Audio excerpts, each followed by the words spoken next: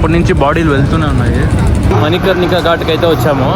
అక్కడ కనిపిస్తుంది కదా మణికర్ణిక ఘాట్, అదే మొత్తం అంతా కేజీ లెక్క ఇక్కడ. ఇక్కడి నుంచి మొత్తం మణికర్ణిక ఘాటే.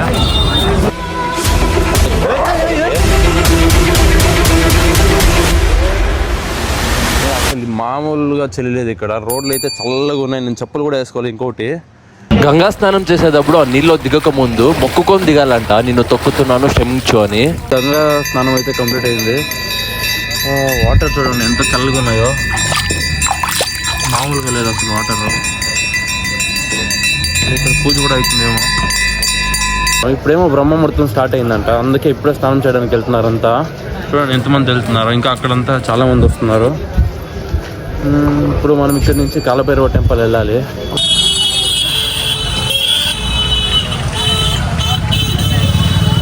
ఇదే అనమాట కాలభైరవ టెంపుల్కి వెళ్ళే రోడ్డు.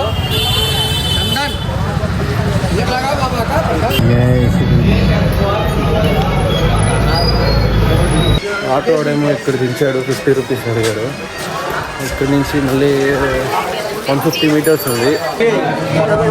మీరేమైనా కాశీకి వస్తే ముందు కాలభైరవ టెంపుల్ దర్శనం చేసుకొని మళ్ళీ మెయిన్ టెంపుల్ విశ్వనాథ్ టెంపుల్కి వెళ్ళాలంట. ఇక్కడ ఇదే అనమాట కాలభైరవ టెంపుల్.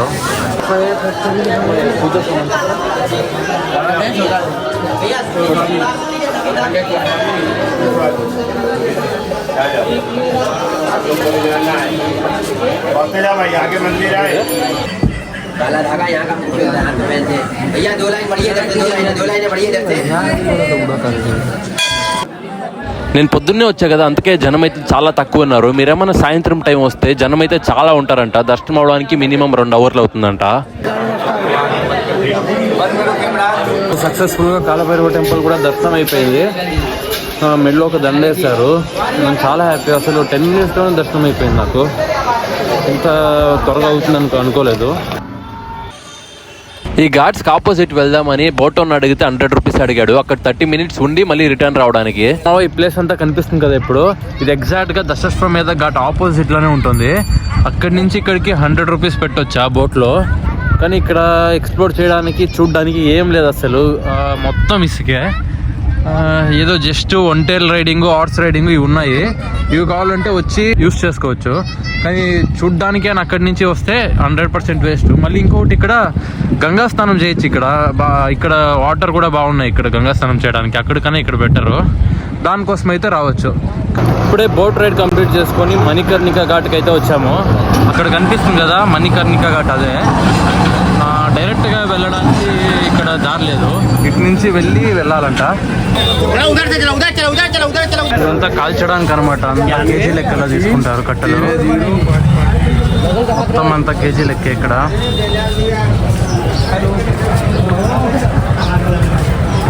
ఇక్కడి నుంచి మొత్తం మణికర్ణిక ఘాట్. ఇక్కడ శవం కాల్చడానికి ఏమేమి కావాలో అన్ని ఇక్కడే దొరుకుతాయి. నేను రేట్ అడిగితే రేట్ చెప్పనన్నారు, ఎందుకంటే కెమెరా ఆన్ లో ఉంది అని. ముందే చెప్తున్నా, ఇందులో కొంచెం సెన్సిటివ్ కంటెంట్ ఉంటుంది. చూడలేని వాళ్ళు స్కిప్ చేసేయండి. కాల్చడానికి బాడీ లైన్ గా వెళ్తూనే ఉంటాయి ఇక్కడ బాడీ కాల్చడానికి ముందు గంగలో అద్ది తీసుకెళ్తారంట. ఆ గంగలో అద్దినప్పుడు నీళ్ళు ఏమన్నా ఎక్కువ ఉండి ఆ బాడీ ఏమన్నా తడిగా ఉంటే కొన్ని బాడీస్ కాలవన్నమాట. ఆ టైంలో అఘోరీలు వచ్చి బాడీని తినేస్తారంట, స్కల్ మాత్రం వదిలేస్తారంట. చూడండి, బాడీ కాలుతుంటే స్కల్ పైకి కనిపిస్తుంది. ఇక్కడ ఏంటంటే బాడీ మొత్తం కాలే వరకు మొత్తం వాళ్ళే చూసుకుంటారు. చూడండి, ఇప్పుడు పైకి వచ్చా. ఇక్కడ పైన కూడా కలుస్తారు. పైన ఎందుకు కలుస్తారంటే ఈ రివర్ ఎప్పుడు ఫ్లోటింగ్ ఎక్కువ అయ్యి వాటర్ అంతా కిందకు వచ్చేస్తుందంట. ఇప్పుడు కూడా ఇక్కడ నిప్పారదు. ఇక్కడ కూడా కలుస్తారు, ఇక్కడ కలుస్తారు. ఒక్కొక్కసారి రివర్ ఎక్కువ ఫ్లోటింగ్ అయ్యి ఇక్కడ మొత్తం నీళ్ళు వచ్చేస్తుంది. ఆ టైంలో ఇక్కడ కలుచుకుంటారు. ఈ మణికర్ణిక ఘాట్ గురించి ఒక సపరేట్ వీడియోనే చేస్తాను, అది నెక్స్ట్ వీడియోలో వస్తుంది. ఇప్పుడే గంగా ఘాట్కి అయితే వచ్చాను, దశాశ్వమేధ ఘాటు. ఇక్కడ గంగా ఆరతి జరుగుతుంది. 7 కన్నా ఇంకా త్వరగానే స్టార్ట్ చేస్తారు గంగా ఆరతి. ఏమో ఇక్కడ లోపలికి వెళ్ళడానికి ప్లేస్ కూడా లేదు ఇక్కడ.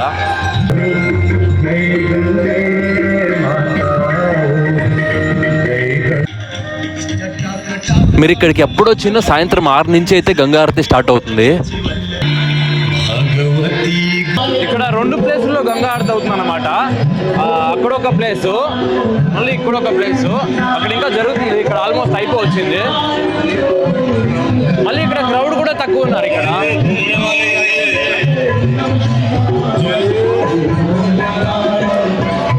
క్రౌడ్ కూడా చాలా తక్కువ ఉన్నారు.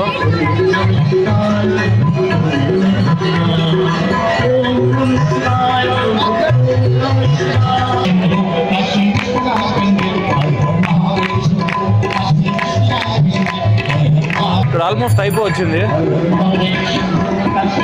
ఇప్పుడు గూగుల్ మ్యాప్లో లొకేషన్ వేస్తా. హరిశ్చంద్ర ఘాట్కి ఇక్కడ నుంచి 800 మీటర్స్ ఉంది. దశాశ్వమేధ ఘాట్లో గంగారతి కంప్లీట్ అయిపోయింది ఆల్మోస్ట్. ఇప్పుడు హరిశ్చంద్ర ఘాట్కి వెళ్దాము. ఫారినర్స్ కూడా ఎక్కువ ఉన్నారు ఇక్కడ. హరిశ్చంద్ర ఘాట్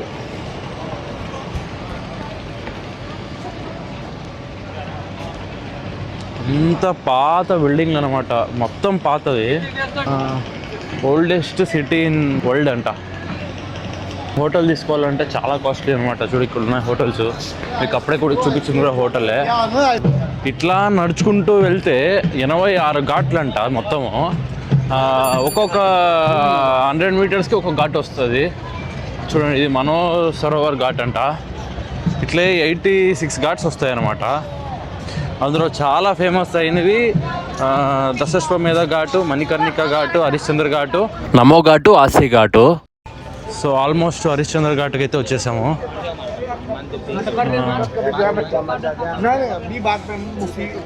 కూడా ఏమో అవుతున్నాయి, ఇక్కడ కలుస్తున్నారు అనమాట.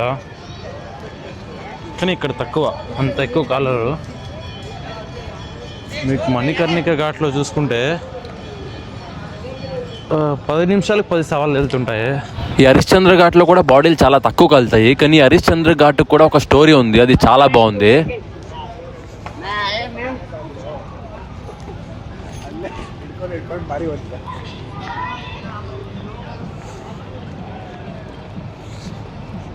ఈ కాశీలో 2-3 ప్లేసుల్లో గంగా హారతి అవుతుంది అనుకుంటాను. ఇక్కడ కూడా అవుతుంది. ఇప్పుడే జస్ట్ ఇక్కడ కూడా కంప్లీట్ అయింది. నేను అప్పుడే మీకు 2 చూపించా. ఇంకా చాలా ఉన్నాయి ఇలాంటి ప్లేస్లో. ఇక్కడ కూడా ఒకటి ఉంది సేమ్. ఇక్కడ ఒక ఫ్రెండ్ వస్తానన్నాడు బెంగళూరు నుంచి. ఇద్దరు ఒకే ఫ్లైట్లో వచ్చాము. సో బెంగళూరు నుంచి నా ఫ్లైట్లోనే వచ్చారు వీళ్ళు. ఇప్పుడు కూడా మేము కలిసి ఎక్స్ప్లోర్ చేయబోతున్నాము. కొన్ని ఏమో టమాటో చాట్ అంట ఇక్కడ, అది ట్రై చేయడానికి వెళ్తున్నాము. మళ్ళీ అది అయిన తర్వాత ఇక్కడ మోదీ ఫస్ట్ టీ తాగిన స్పాట్ ఒకటి ఉంది, మళ్ళీ అది కవర్ చేద్దాము. వీళ్ళతో పాటు ఇంకా వాళ్ళ 3 ఫ్రెండ్స్ ఉన్నారనమాట. వాళ్ళ 3 మేము 5 కలిసి వెళ్తున్నాము. ఇక్కడ అంతా టమాటో చాటే తీసుకుంటున్నారు అనమాట. దీని పేరు హిందీలో ఉంది. బాయ్ ఇస్కో క్యా నామ్ క్యా హై? मधु बहार మధు बहार మధు బహార్. लंका 80 चौराहा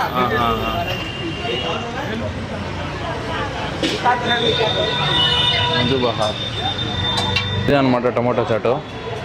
ఈ బుర్రో వాళ్ళ ఫ్రెండ్ ఏదో పెహల్మాన్ ఆర్ పెహల్మాన్ ఓకే. లస్సీకి వెళ్తున్నాము ఇప్పుడు. టమాటో చాట్ అయిపోయింది. నెక్స్ట్ దానికి వెళ్ళి అది ట్రై చేద్దాము. నెక్స్ట్ ఏదో మలాయి ఉందంట, అది ట్రై చేసి మళ్ళీ చూద్దాం. నెక్స్ట్ షైన్ ఆర్తి కదా, షైన్ ఆర్తికి వెళ్ళి కంప్లీట్ చేసుకున్నాము. బాయ్ షైన్ ఆర్తి కిतना టైమింగ్?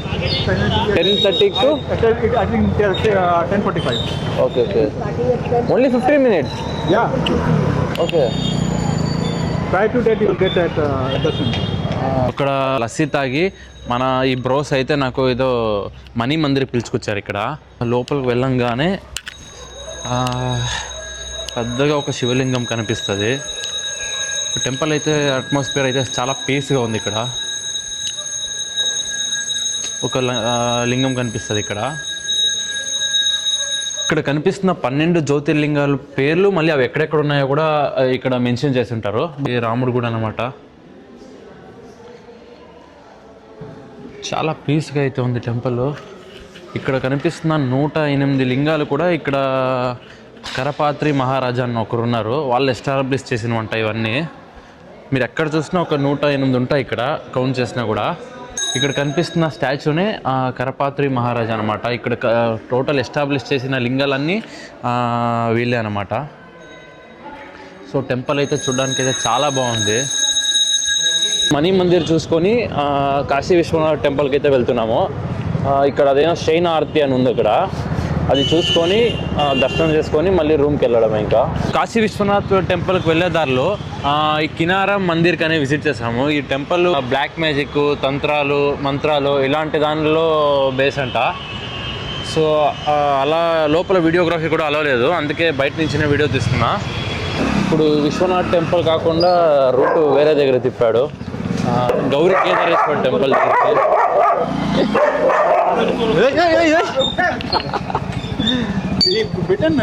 No. गौरी केदारेश्वर मंदिर भैया.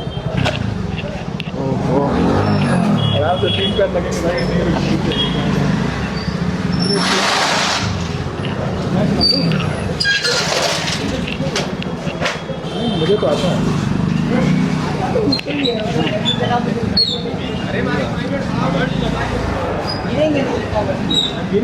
ఏం దారులు మామ ఇవి. ఈ వారణాసిలో రూట్లు గుర్తుపెట్టుకోవడమే పెద్ద టాస్క్.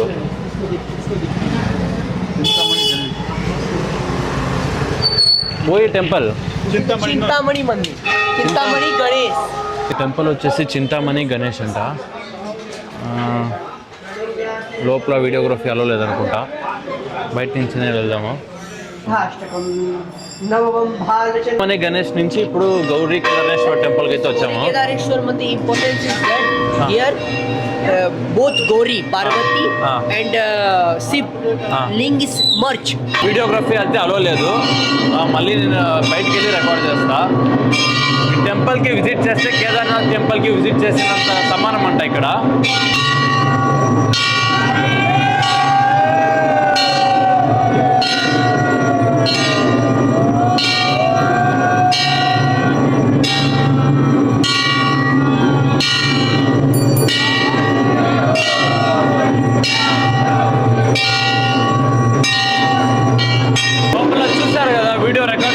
చెప్పారు, అయినా రికార్డ్ చేసా. లోపల మంచి చాలా పాజిటివ్ ఉన్నాయి. చూసారు కదా ఈ గౌరీ కేదారేశ్వర టెంపుల్లో. ఇక్కడ దర్శనం చేసుకుంటే మెయిన్ కేదార్నాథ్లో దర్శనం చేసుకున్నంత సమానం అంట ఇక్కడ. ఇప్పుడు ఇంకా డైరెక్ట్ కాశీ విశ్వనాథ్ టెంపుల్కేనంట. ఆల్రెడీ 3 టెంపుల్స్ అయిపోయాయి, ఇంకా అక్కడ వెళ్ళి లాగ్ కంటిన్యూ చేస్తా.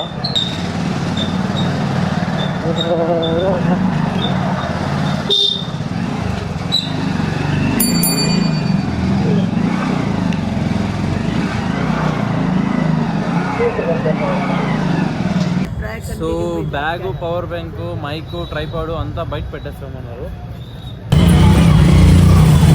లో అయితే పెట్టేసాము. బ్యాగ్ అలో లేదన్నారు లాస్ట్కి. పెట్టేసి లోపలికి చూడండి, ఇదే లోపల ప్లేసు. చాలా స్పేషియస్గా చాలా బాగుంది. ఇట్లా పోతే లోపల మెయిన్ టెంపుల్ కంట. సారీ, మెయిన్ టెంపుల్కి ఇట్లా పోవాలి. సో మా ఫైనల్గా కాశీ విశ్వనాథ్ టెంపుల్ దర్శనం అయితే కంప్లీట్ అయిపోయింది. ఆ జనము, ఆ వైబు, ఆ స్లోగన్స్ అన్నీ కూడా నెక్స్ట్ లెవెల్. నేను దర్శనము కొంచెం కష్టం అవుతుందేమో అనుకున్నా, కానీ ఈజీగా 2 సార్లు దర్శనం చేసుకున్నా, అది కూడా దగ్గర నుంచి చూసి. నెక్స్ట్ లెవెల్ దర్శనం అయింది, అన్ఫర్గెటబుల్ దర్శనం ఇది, క్రేజీగా ఉన్నింది. ఇప్పుడు వచ్చేటప్పుడు అయితే డిన్నర్ చేద్దామని ఇక్కడికి వచ్చాము. మీల్ తీసుకున్నాము, 80 రూపీస్ అంటే ఒక మీలు, చపాతీ, రైస్ ఇస్తారు. ఫైనల్గా అన్నీ కంప్లీట్ చేసుకొని రూమ్కి అయితే వచ్చాను. ఫైనల్గా కాశీ విశ్వనాథ్ టెంపుల్ కూడా దర్శనం అయిపోయింది. అసలు అంత మంచిగా అవుతుందని నేను అసలు అనుకోలేదు. ఎంత మంచిగా అయిందంటే ఆ వైబు, ఆ జనము, ఆ స్లోగన్స్ అన్నీ కూడా నెక్స్ట్ లెవెల్. 2 సార్లు దర్శనం చేసుకున్నాను నేను వెళ్ళి. ఈరోజు చాలా ఎక్స్ప్లోర్ చేసా, తిన్నా, చూసా. ఇంకా డే 3లో నెక్స్ట్ ఏమేమి ఎక్స్ప్లోర్ చేస్తానో చూద్దాము, కలుద్దాము.